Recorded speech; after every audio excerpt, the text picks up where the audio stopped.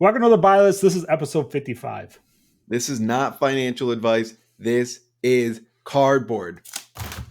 If you noticed, I threw a bunch of worthless cardboard at the camera just now. Oh, that's unfair. I That's know. rude, Nate. Yeah, I'm like that one guy meme who's like over the grave. Like, Yeah.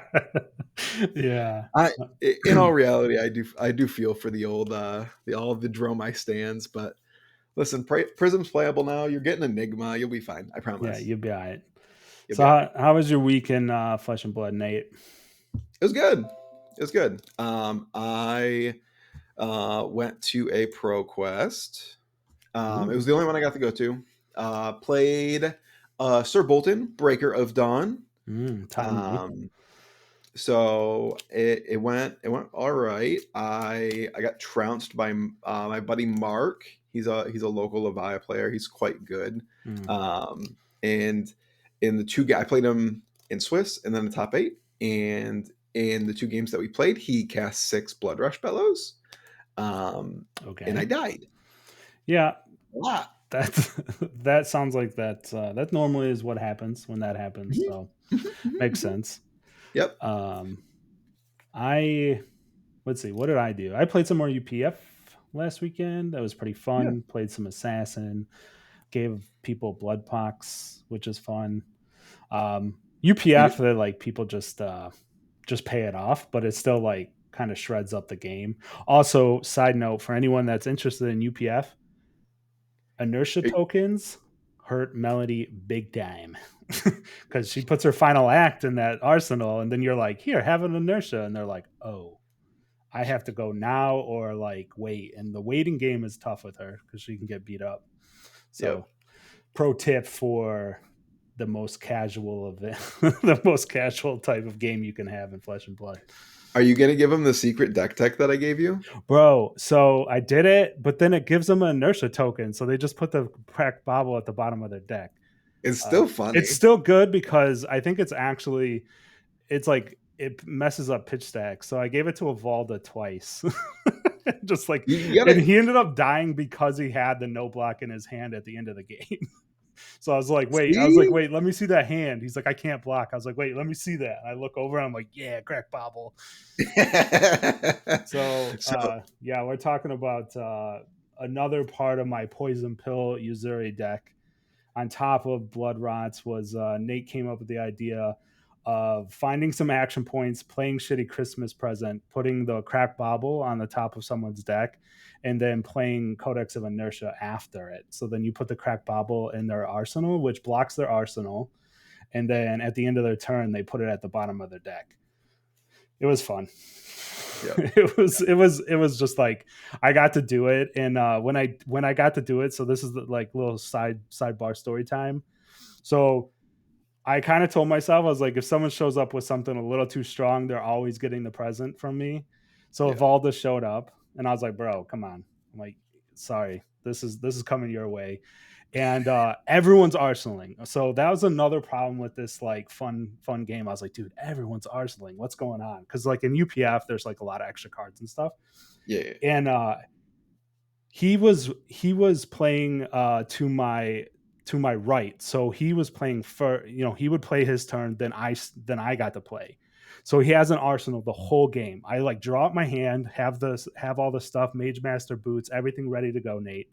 And I'm like, dude, he's got an arsenal still. Blocks with Crown of Providence. But right before me, I'm like watching him do it. I'm like, oh my God, I have the combo, but everyone has an arsenal. He blocks with Crown of Providence right before I start my turn. Sweeps out his arsenal, of course, draws a card. I'm like, yeah, let's go. We did it. Yeah. It was so good. I was like, I was so excited. I was like, is it my turn? Is it my turn? Yeah, it was awesome. I'm glad that paid off for you. Yeah, the one time I did it was lead the charge, shitty Christmas present, and then Codex of Inertia. And then Codex of Inertia, and then the second time was Mage Master boots. So yeah, it was awesome. I love UPF, dude. Every week I bring just something so jank, just like how do I get this weird interaction to work? So yeah, that was my week. But to move on from that, you mentioned Mr. Bolton. We got some spoilers this week. Yeah. So first off, we got spoilers from Miss Vale, and we're kind of going through. Actually, they're not doing spoilers for. Well, we saw some armor, but I think for Miss Vale stuff, It's it's like common stuff. whatever. Yeah. But we are going through the expansion slot cards. And funny story this week. So we recorded, and it was like the day after we recorded last week. Yeah. The Carol decided to throw this one in my face a little bit.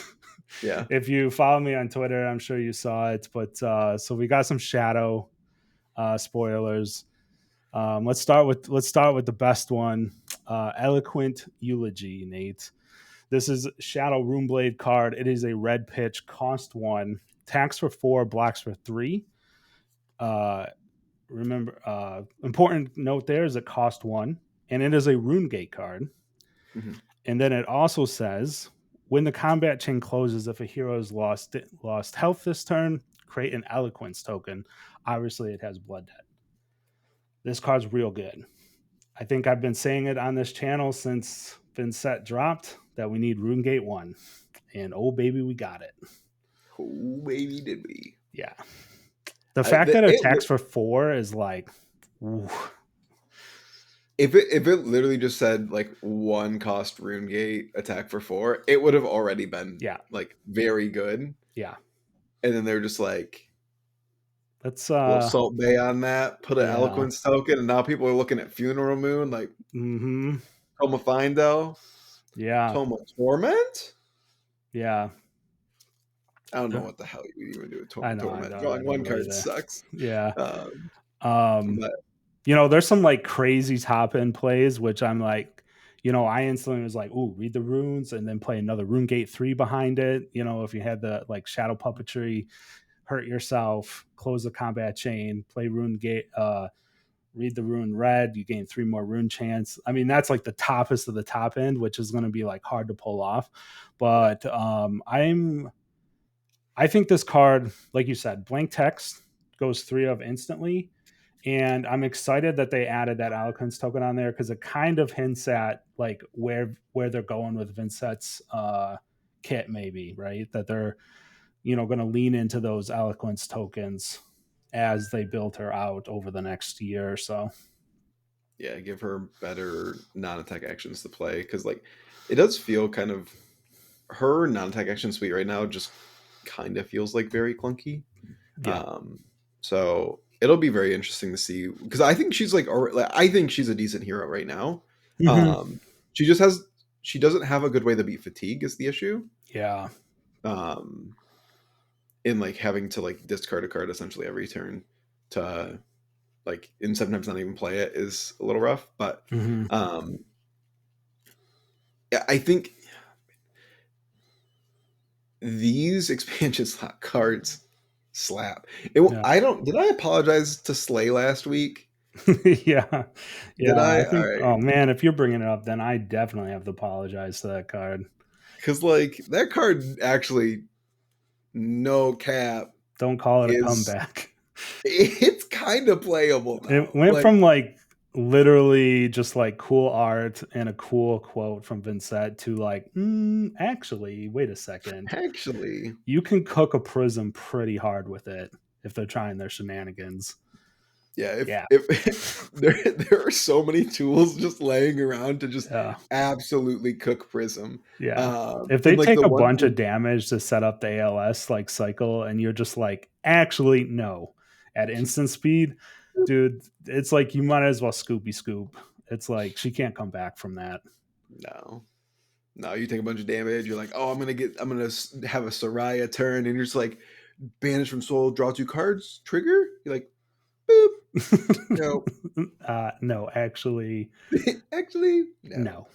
I think you might still draw the 2 cards, but your turn is completely over. So yeah, actually, no. I think you cook it before you do like the attack, like on triggers. But so yeah, it cooks pretty hard now. It can, right? I think Levia, honestly, it probably Levia uses it more as a tool than Vincent would.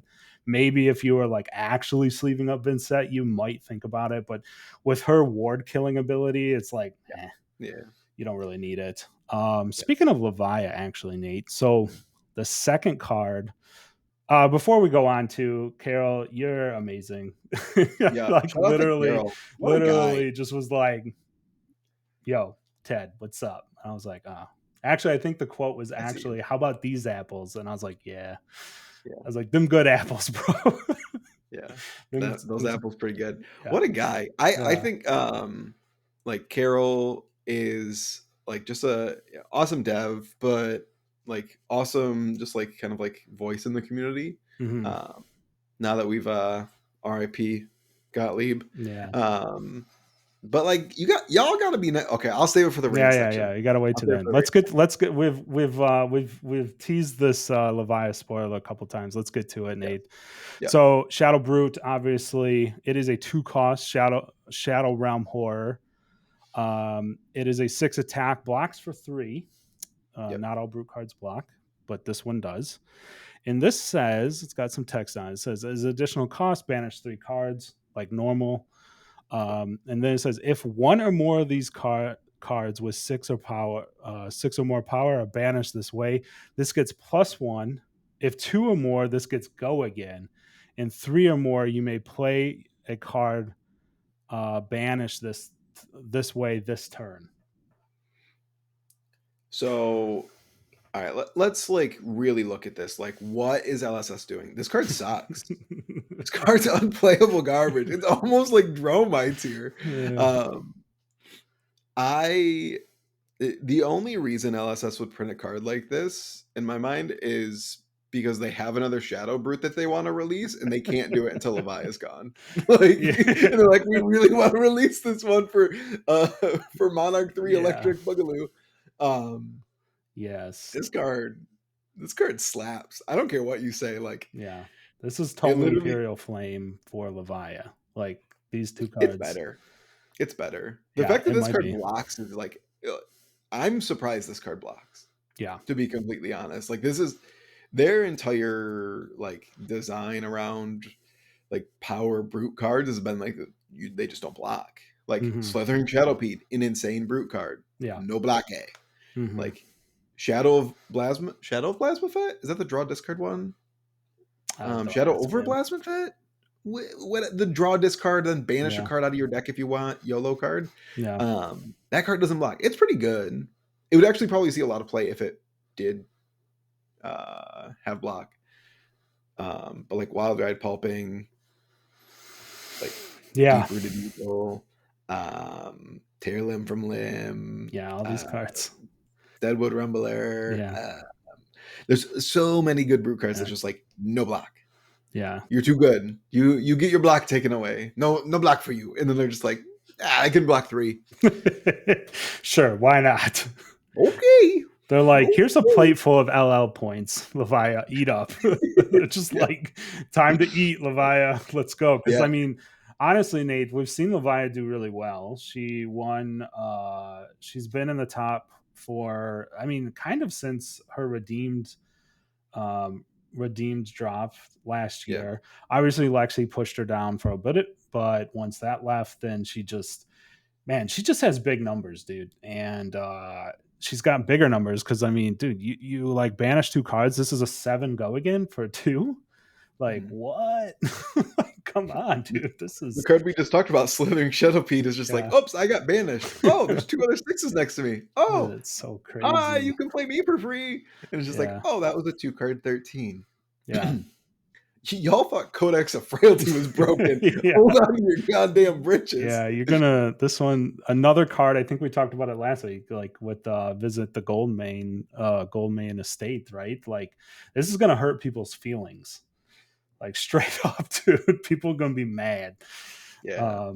So yeah. Maybe this is why Brian Gottlieb had to leave Twitter. He's just like, dude, no, I can't. He got so much hate over Codex of Frailty, and then all the expansion slots are like, hey, Codex, hold my beer real quick. Yeah. It's basically, at this point, the expansion slot, man. It's like, Yeah, we talked about it. Long Drawn is like maybe the most mid one, and it's still like utilitarian, right? It can be used, but What like, word did you just say? huh? Utilitarian? Yeah, dude, it can be used as like a utility card. Dude, I Like, it's thought you not were just saying, unplayable. bro, you can't use big words like that around here, all right? Does not compute. Does not compute, brain Uh, too smooth. but on top of expansion slot spoilers, these two, like, yeah, A plus rating. This helps Vincent quite a bit. This pulls her up from like high, like maybe low C tier to like maybe high C tier. Again, I think we mentioned she still has some issues. I think she still needs some cards. I think we'll start seeing cards that work with eloquence now in expansion slots to kind of keep pushing her power up. I don't know how they're going to fix the fatigue because that is a problem, and I, in my little small brain, I just don't. But I believe in LSS, and that will be a theme that will continue throughout this episode as we move I on. believe I can fly. All right, Nate. Let's talk about we got the KO deck. We'll talk about that a little Yep. bit later. But then they also dropped the next Armory deck, and it is they used an arrow. They used amplifying arrow all over To their social bait medias, everybody. and then they come out with Bolton. All right, I see you, LSS. They Yeah, you're bait just him. out there just being like, yeah, that's a little cheeky. Yep. But we got two cards on the announcement of that, Nate, and I'm gonna have to let you kind of run with these because I am not a Bolton boy. No, you literally don't know what any I of the have Bolton zero cards do. reps. Yeah. You played against a Bolton at a PQ and you were like, what? It Yeah, just killed me. I yeah. It's remember like you I'm messaging dead. me after that. Yeah, So these cards are like, I mean, very equivalent to like rough what you is it? want me Rough to shed. you want me to read through them, or you It's got enough?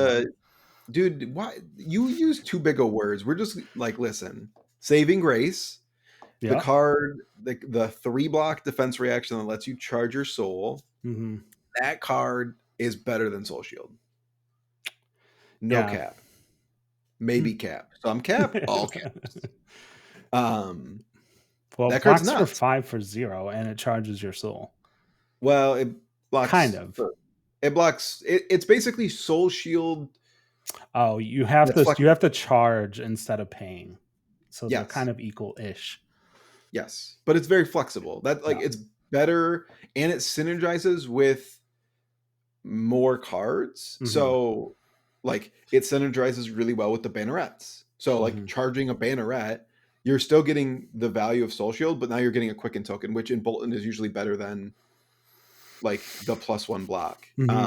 It synergizes with Soulbound Resolve. So Soulbound Resolve prevents 1 damage anytime you charge, or the next damage. I do who can read anyways. It prevents something, so it then becomes the equivalent of Soul Shield, and then you can charge a Banneret, and then you're like 2 card 8 on defense, which is nuts. The shoes are very similar, where it's like charge a card, and then you pair up the shoes with Saving Grace. Warpath of Winged Grace. Blocky McBlock shoes that make quickie. That's all you need to know, okay? They're blade Blocky with blade shoes, break too. Blocky with shoes, thing in soul, quickie. Okay, yeah, Um, very technical. yes, incredibly technical. So like that card also very good. It's just like you have a lot more ways to gain soul without going like crazy tempo negative. And Hmm. it allows you to go soul positive too, which is important because a lot of the cards like Beaming Bravado and things like that are not soul positive right now. Hmm. Um, which is one thing that like Bolton can like run a little light on. So like Celestial Cataclysm is like looking hotter and hotter every day as like a card that is not only just like a popper, but like might actually become like a card that's just like cast a lot more often. Um, so I really like this direction, and these cards are. I think these cards might actually be better than Savage Sash in the. I don't know what that card's name is, so I'm going to call it Blue Monkey Swingy card. Run rough Um, shot yeah, that or one. rough The one rough with the shot. it's the 1 for 5 with the monkeys on it. That's all you need to know. 1 for 5 monkey card. So, and if they get anything close to like the strength rules all, as like an additional like kind of like side upgrade card, Little sprinkle. cooking. Um, what is? I mean, I think Bolton is already one of the best decks. I think they really need to start picking decks that actively are not good right now and are low Yeah. on the LL chain, because like they picked Kayo, who is halfway there, and these cards are going to make him very nice. Yeah. And Bolton is also like an incredibly strong deck, so I could see this just like power running to LL too. So I would like to see. I'm surprised they didn't pick a new hero Mm-hmm. to like coincide with the release. We got 2 more shots at it this year. And they're Yes, we like do. back to back too. My guess is one of them is Dromai. Whoa. That'd be huge, dude. One of them is Dromai, and my other guess is one of them is an Earth hero. We've Yeah. talked about it before, but like there is no reason to just like rando ban Crown of Seeds. There was literally like, Hey we ain't guys, got we're no gonna Earth. ban stubby hammers. Yeah. Yeah, it's like there was no Wait, playable what? heroes that could actually like sleeve up that card. Yeah. It's like banning Heart of Ice right now. We were like, why'd they ban Heart of Ice? Yeah. Like, what is that? And then like all of a sudden, like 4 months later, you seemed like broken ice hero that would like actually like Yeah, break Heart of just Ice. juice people with Heart of Ice. Like there was no reason to ban it. It just like they just randomly did it, and I believe it's because we have either Talented Elemental set coming, which I don't think we do, Yeah, or I would lean no on that. we have an Earth hero coming, and then Yeah. we have Dromai at the end of the year. So I think it goes Earth hero and then Dromai. Dude, it's gonna be Briar, and it's gonna be Briar Queen of Thorns. Mm-mm. And it's gonna be tall Earth Briar.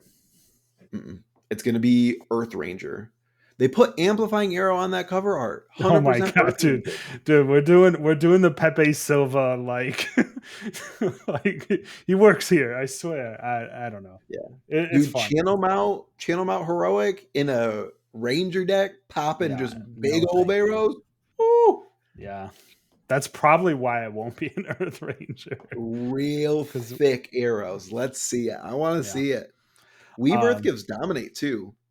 Oh, yeah, yeah. okay. Let's But no, it doesn't. What is Weave Earth just gives more damage. I yeah. lied. I'm sorry, Yeah, the everyone. Dominate was Weave Ice. Yeah, it was. I lied. I'm sorry. I retract my previous statement. I don't apologize for it though. Yeah. Speaking of like the upcoming months, right? We got 2 more Armory decks. We got Yep. Misvale around the corner, Nate. And we wanted to talk a little bit about just the market in general and kind of, you know, it's good to reset. And I've kind of been even thinking about this myself because summertime is pretty.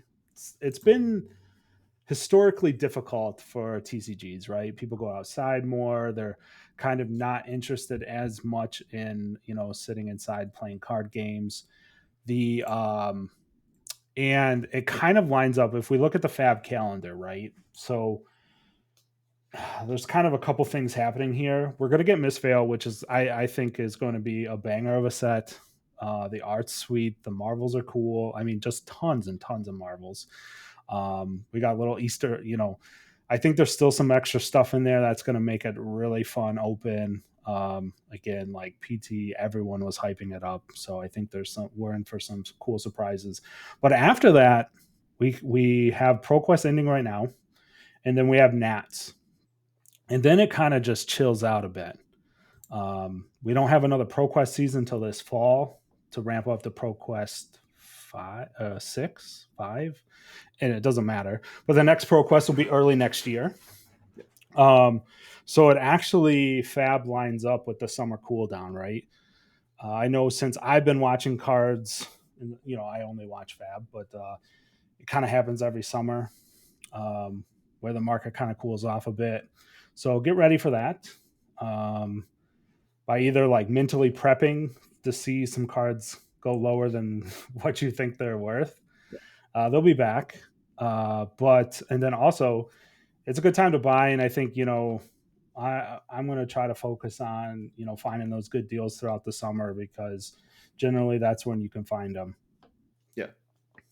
Especially with some of like the older stuff too, that it's just kind of like out of favor. Like right now, Fab is cooking though. Yeah. Oh yeah. Like it's like we haven't seen any cards for Misfail yet, and like I know you see it on your end, Mm-hmm. because you're selling a ton on TCG Play right now, and it's Yeah. just like every day it's just like random order of cards, and it's like, wait, how much for that? Yeah. Like it's kind of it's kind of comical, but people are like really just like stocking up. Yeah. And I think that like we might see a little cool down after nationals, and it'll allow people to get some really good deals. But I think there's always like there's a summer cool down. There's the time to sell before Chris. Like everyone's selling before Christmas because they need that Christmas money. And Yeah. then there's like it's then there's all like It whatever. just this year kind of aligns with like maybe like a short breather in the fab competitive scene, which is At least interesting, in the right? U.S. Was that? At least in the U.S. Yeah, in the US for sure. But we'll ramp right back up into set 14. We got the world premiere in the US. Um, yeah, so it's looking pretty good. Another thing that as we're talking like fab market trends in a whole, and I don't know if I know you're a purveyor of gold things. Um, I guess this wasn't on the plan, but I think it kind of adjacently is a topic we can bring up is that the RTN season and the PQ season back to back has done some interesting things to the token, common, rare. I think they're rare and majestic gold foils you get at these local events. I Real see. cheap. I'm seeing the prices being depressed quite a bit, actually. Um, Specifically the majestics. I think the majestics are hard pulls. Because the Majestics are what, 1 in 40? Yes. Question mark? And if you look at the collector center, most of them are hovering like 1% pull rate to like 1.5% pull rate, which is like, obviously quite low, or maybe even somewhere lower than that, even. Um. All right, so I've got it up here. These are the legendaries. All right, yeah. So Yeah. yeah, Courage of Bladehold, Gambler's Gloves, Voltaire, and Earthlore Bounty are all sub 1. Mm-hmm. Pouncing Links, Vexing Quillhand, Crater Fist, Nodes, Luminaris, Raiden are like 1 to nearly 2, and then you got Hexagore at like 2.3.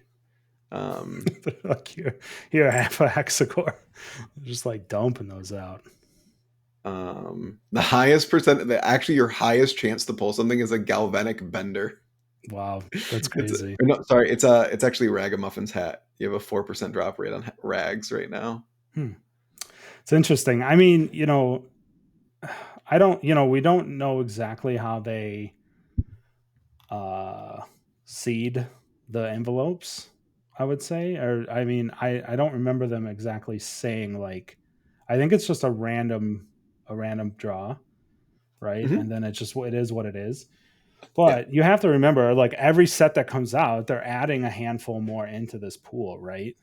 yeah. So like even on these higher ones, like you just mentioned, like Ragamuffin's hat or whatnot, it's like even though it's at 2% right now, it's just like the pool keeps diluting, and those like 100 Ragamuffins just keep getting rarer and rarer, right? Harder and Mm-hmm. harder pulls. And I think, the ones that you mentioned that are under 1%, like Gambler's Gloves, again, gets harder and harder to pull because they're pulling from a larger pool. Um, if you've been kind of eyeballing a gold foil that you just really want, yeah, I would say do yourself a favor and kind of like, hit the pavement right now and try to like look at those buy posts. Especially we're coming up to the last weekend of ProQuest season. There'll be Yeah. more open this season or this week. And, generally right after the season is a decent time to kind of poke around and try to find a deal. So again, if you've been like eyeing ball in one for your favorite class, yeah, maybe try to get a deal. Mhm. And if I would say if you win one and you want to move one, I wouldn't do it right now. Yeah, just hold. Just hold. I think I would wait until hopefully closer to like Amsterdam, and if you're going, try to figure out like a Yeah. deal there because I feel like there's it definitely the you see the for sale post just kind of like fall off a cliff usually like 3-ish weeks after Yeah. the season, and then like really after nationals I would assume that they were like definitely gonna like just basically like not exist. But like right now there's great deals to be had. Like we're Yeah. talking about like one of 100 level cards, and like people are selling them for like $300, like Hmm. sub $300. I was very happy with what as I flashed it up. Yeah. Got this quill hand for a very nice price. Still looking for that thorn. Um, it's I they're out there. I just gotta, like I said, you get to find these, you like, if you're looking, you're kind of dead set on one. You do have to do a little bit of work scrounging around, looking on Facebook, looking on Discord, but they're out there. You just gotta work at it a bit. But yeah, but now's a good time, I think. I think one of the issues though is kind of like what we're seeing with LSS like tying heroes to weapons when they LL is like some of these weapons are like just like Yeah. I'll pass because it's about the LL.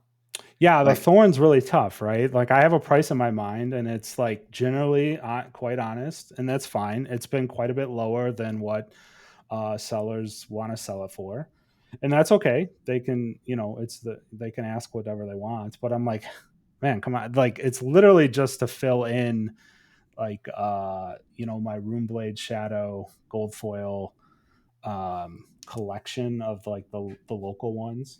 So yeah, it's like like I'm kind of at the point where I'll just wait, and it's kind of unfortunate that Thorn is in that spot because it's like, well, I would only ever play it with chain now in LL format, so kind of limits the fun of it, but it's more of a collector's item than like a I playability bling thing. I think it is like the reason it is carrying so much value is because it's very playable on LL and it has like a very unique history of like Yeah, a yeah, lot for of people sure. have like really strong ties to that card where I think some of the cards that are being selected are like a little bit suspect at best, like Yeah, Silken Form, like Bone Vizier. Like I think they've done a better job lately, and they really haven't been releasing as many like um I feel like common. yeah, it kind of like I have no proof behind this, but like anecdotally, it seems like there's not too many Coda Frost. I think I saw one like reveal video this season of a Coda Frost. Like I don't Because know, it's weird, no right? Like one no one wants to bear that shame publicly, okay, Ted? that's that might be true. But also LSS can just be like, yeah, we're just not going to put them out until they're actually super rare. And then like there's a inflection point, right? Where like I'm just saying that's how collectibles work, right? So I think they did a lot better job this season with like Centauri Sabers, Galvanic Bender, like yeah. both like both good cards. Hmm. But I would like to see like less of like Coda Frosts going forward Oh because I yeah, think it 100%. it makes people less willing to like open them too, but also like it makes the whole pool less valuable if there's just Yeah. like absolute garbage in them. Also Um, fix the legendaries and make them EA if they're EA treatment. 100%. Yes, rant We've said that on before. that. Yeah. So It makes zero sense that the rarest version of the card is the ugliest version of the card. yeah, it's sad. What are Um we doing here? Although it makes you pull boxes, which I know on this channel we're big fans of opening boxes. So yeah, let's put a pin in there. We'll revisit the summer slowdown and keep an eye on that and come back to it in a couple weeks. So last topic, rant of the week, Nate. I'm gonna lead this Rant, one off. rant, I'm not rant, even gonna. rant, rant, This rant. one, this one's gonna be a little bit of both of us here. So the Kayo deck drops, right? The whole list drops, and yeah, people had some opinions on it, and there's already been multiple Mostly terrible. videos. Huh? Yeah, most of them real awful takes, to be honest. Like, Yeah. I'm generally try to be pretty fair to everybody, but I've seen some pretty rough ones, dude. There's a lot of videos out there already going through like, oh, there's not enough you know what I mean? There's just like kind of defending it, maybe tearing it apart a bit. I didn't get one, so I can't like really comment on uh like the presentation, the quality and stuff. I don't really care about that as much either. Like, um, but I'll start it off. I'm going to start it off with the reprint, right? So, heard a Yeah. lot of people asking for reprints. If you listen to this channel, you know that Nate and I are, I think you've probably pieced together that we're pretty anti reprint. Um, there's a lot of Yes. talk about they should have reprinted Blood Rush Bellows in this. They should have reprinted Swing Big in this. No, just flat no, guys. Hard So, pass. you know, Thanks, but no thanks. yeah. So here's the thing. Everyone's talking about value. Oh, there's no value. You're paying $40 for a rainbow foil sash and 3 blues. No, here's the value, guys. This is what everyone's missing. I don't think I've heard anyone say this. The value is LSS telling you that your collection will hold value because they're not just reprinting to reprint stuff to try to get stuff off the shelves, and even to their detriment, get new players to play the game, right? Like if they reprinted a bunch of value in this, maybe you get new players in it. No. Also, you would say, well, new players don't have collections, Ted, that hold value. No. The value on that side is that they're telling that new player that they're not going to devalue the packs that they're opening, the boxes that they're opening in the future. Like, dude, we've been this game has been telling us this for years now. Like, and we go through these cycles where we like applaud LSS, you did the right thing, you know, like, yeah, sure, they're never been perfect. They're not been perfect, and they've admitted it when they're not. But I trust LSS, and this makes me trust them more. Yeah. So we can go through like the shitty internet arguments, and I will call them shitty. And like if you've had these takes, they're bad takes, and you should feel bad about having them. And really, like Yeah. before you go on the internet, maybe look at yourself. Yeah. Take 5 seconds to breathe before you hit the send button, because Ted'll let you know. I re-downloaded Twitter. I almost sent real angry tweet. I stopped myself. I said, Ted, should I send this? And he's like, no. Yeah. Yeah. We had to cool it a bit. So, one, it doesn't matter if you had Arthur Trehayes, Dromai winning PT4 deck list that is now illegal because the hero is LL'd, and you gave that to a new player. You know what? Give them maximum bling. They ain't winning no armory. Yeah. 0 armory wins for that player. I don't care who it is. They're never winning an armory with it. Yeah. There's a lot of This is people that have played this game for years saying that this is not competitive, which I think there's definitely some memory loss about how hard this game is to learn and how hard it is to win a match, like straight up against somebody that's experienced. Like this game is yes. hard, man. It they don't need to win even a game. Yeah. At an armory.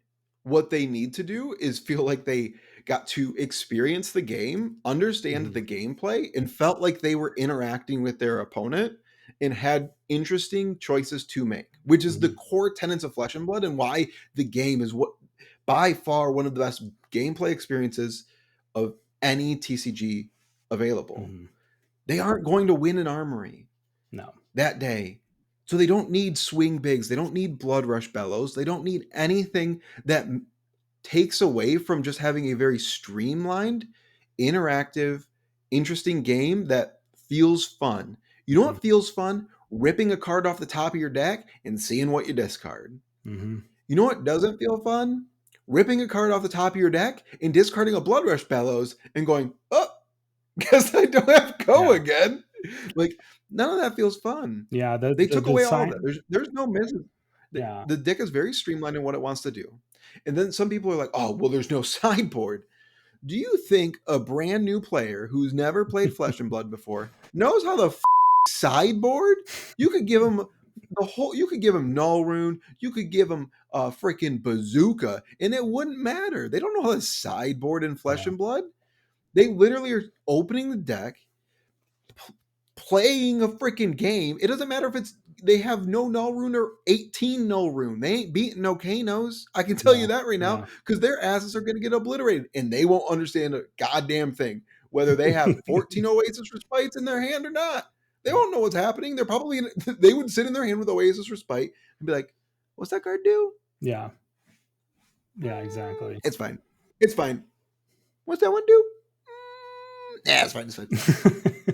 How much damage? Yeah. 45? God damn it.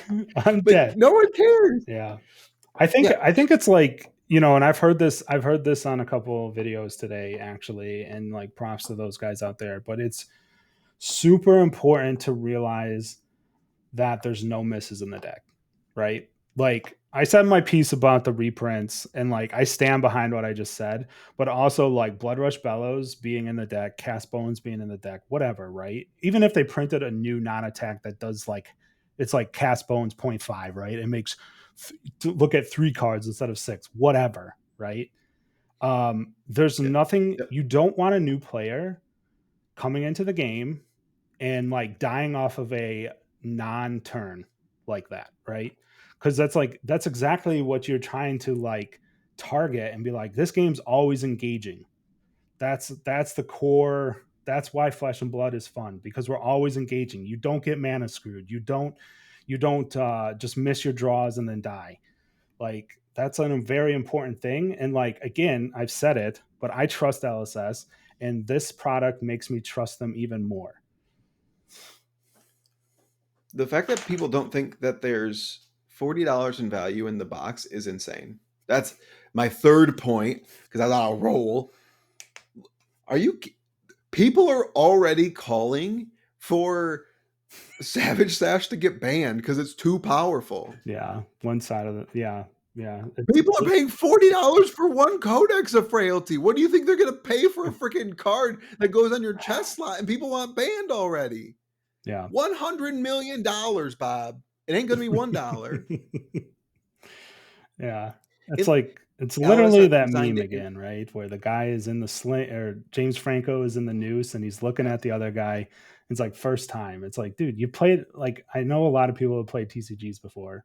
Like, this is how it goes, guys. Come on. Like, don't act surprised. Yes. And then like the other point I've heard too, and like, again, the allocation side, right? So yes, there's stores that didn't get allocated. They said that they weren't going to allocate stores that weren't running armories, which is perfectly fine. You should be running armories if you get an armory deck, or if you want armory decks. Yeah, you should. Now, I'm not sitting here going to debate people that say, hey, my store got none, but we run armories every week. Like, that's shitty, straight up. But my advice, even to a local store in my home state, was like, if you think you'll sell through all 12 of them, the 12 that are like the case you're getting, or however many you're getting, I would email I would email LSS and be like, I sold all of them. Can you please help me allocate me more? I would bet that there's more to be allocated, but they're not doing it, or they're being very strict about it because, Nate, do you remember a little product called Classic Battles? Yes, I do. What happened? They didn't allocate it at all. They just let stores buy. My local store bought like 35 of them, dude. And guess what happened? Like I said, LSS hasn't been perfect. That product was a piece of shit. They've admitted it. And so guess what? My store still has 30 of them. That's a feels bad. And I'll say this right now, and I think I don't know if I've said this like on Twitter or not, but the number one the number one enemy Fab has on growing, I think. Well, maybe not number one, but like one of the top enemies of Fab growing very fast is that LGSs view Fab as just like a board game that they order sometimes when people ask about it, instead of viewing Fab like a money maker and a like profit center. I don't know if that's the right term. Like, I'm not a Yeah. business guy, but like Yeah, they don't view it as profitable. They view Magic as profitable. They view Star Wars they don't do Unlimited as profitable, right? Because they can that. They do. they can buy boxes and they know they will sell them for at MSRP or above because people want that. I've seen too many LGSs just be like, well, no one came in here and asked me about Fab, so I didn't pre-order any extra than what was told, so we can't run drafts. Like, what is happening, man? Like, and so them allocating these boxes is, in my opinion, I don't know anyone at LSS, but in my opinion, this is how I view it: is that Nate, they're trying to make sure that these don't rot on shelves, especially with four of them coming out this year.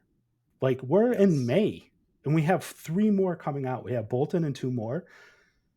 Okay, so you let a store order 50 KO decks, and then they gotta, what are they gonna do when Bolton comes out next month?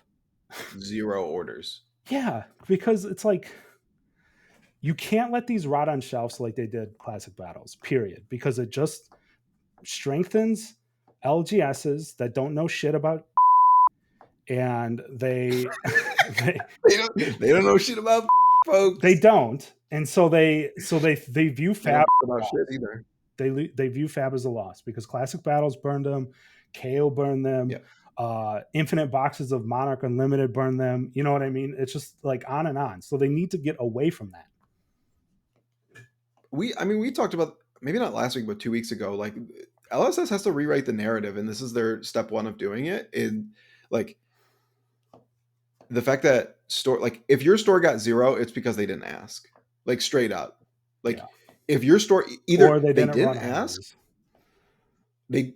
they aren't or didn't run armories, they're not running them the right way through Gem, or they're not ordering a whole lot of product. So like if they're not ordering a whole lot of product and you have a local community running armories, you really need to ask yourselves, like, as a community trying to support an LSS and or your LGS and build a community, like, why are you guys not buying product at the store?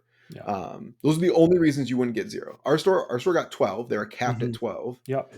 Um, and we helped them move a lot of product. So Mm-hmm. like and they got capped at 12. Like each set they moved probably 300 plus boxes. So like I would be the also if your store is and checks all those boxes and they still got none, like they just like allocated 0. Like I said, my number one thing would be like that sucks. Like, and shit happens, but I would say like have your store like email Fab right away and be like, I need allocation help. We know that LSS has their own warehouses.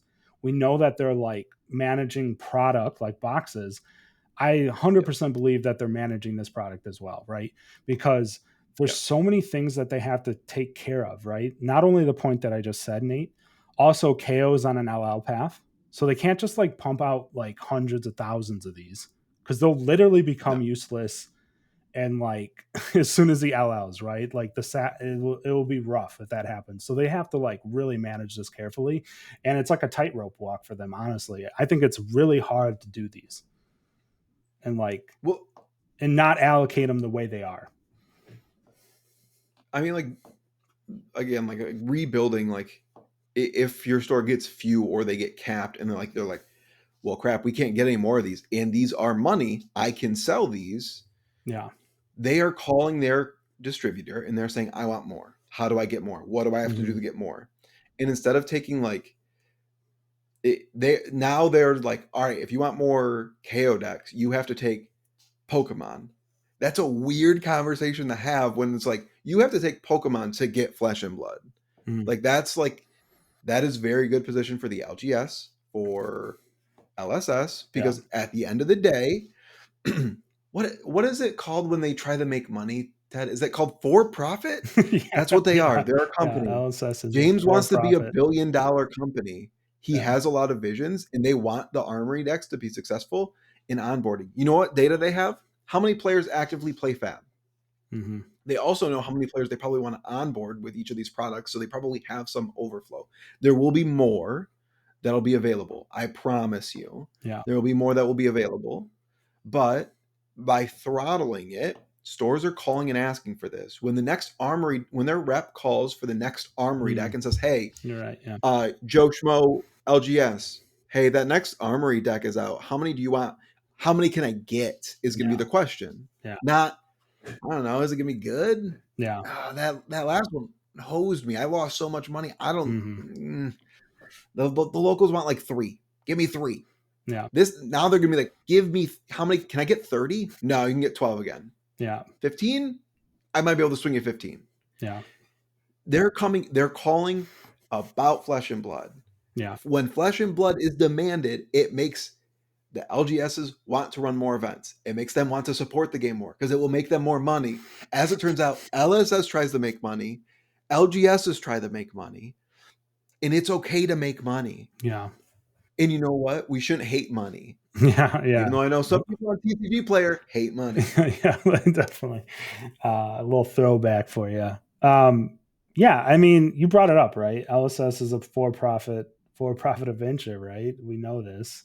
But I'll ask you a question. I think you know the answer to this. I think a lot of people probably watching in this episode knows the answer to this. How does LSS make their money, Nate?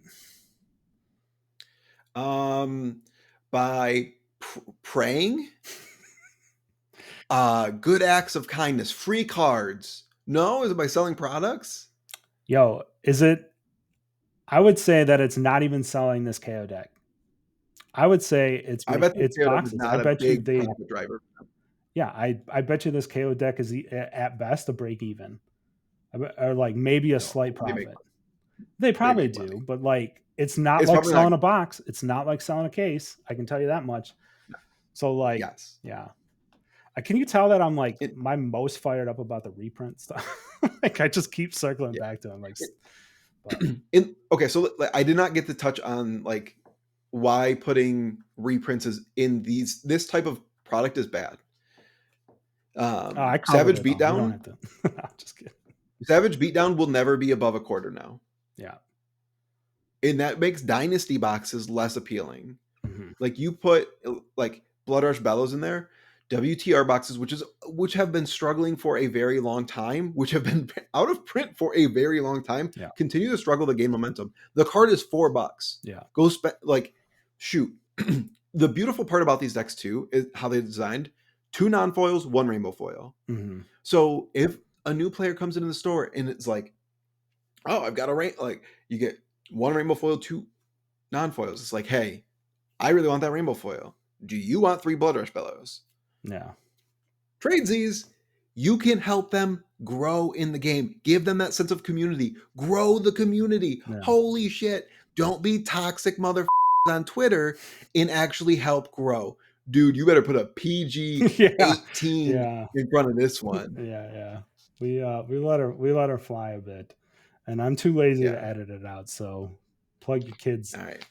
Plug your kids' ears. Plug your kids' ears after we drop F-bombs. After. You'll have to have a hard conversation with them after this episode, folks. Sorry about it. Brian, I know this probably isn't the best. You're probably wide awake now, buzzing with energy. Sorry about that, but you're going to have to go take some NyQuil or something to fall asleep after this charged discussion and rant we just went through.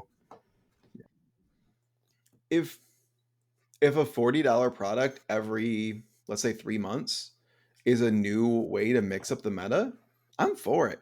The way I look at it is like everyone wants shit for free and cheap anyways. This is basically just like a LCG starter pack, baby. Yeah. Pretty much. Why are we whining? Yeah. $40 to shake up the meta a little bit every couple months in between sets? I love this. As a competitive player, new cards to play with that I don't have to wait 4 months for. In between sets too. So it's like, there's not these dull periods. You can be like, oh, what's happening? which is good too, right? Keeps people interest in Fab up, even players that are waiting for the next set, etc. So overall, yeah, very positive on it. But Yeah. yeah, I think we can end it there after 5 or Yeah. 6 f bombs and some charged charged ranting. Absolutely. Well, if you somehow made it to minute 55, drop a like, drop a comment. Tell us how you feel about these KO decks, and I will gladly actively debate you in the comment section or on Twitter. We're over here farming Um, engagement, folks. Just dude, remember, you're I will. helping us. You're screaming at us. Yes. Like, subscribe, hit the notification button, twiddle the thumbs up, the question mark, and the exclamation point. And as always, put your money where your mouth is. Peace. Peace.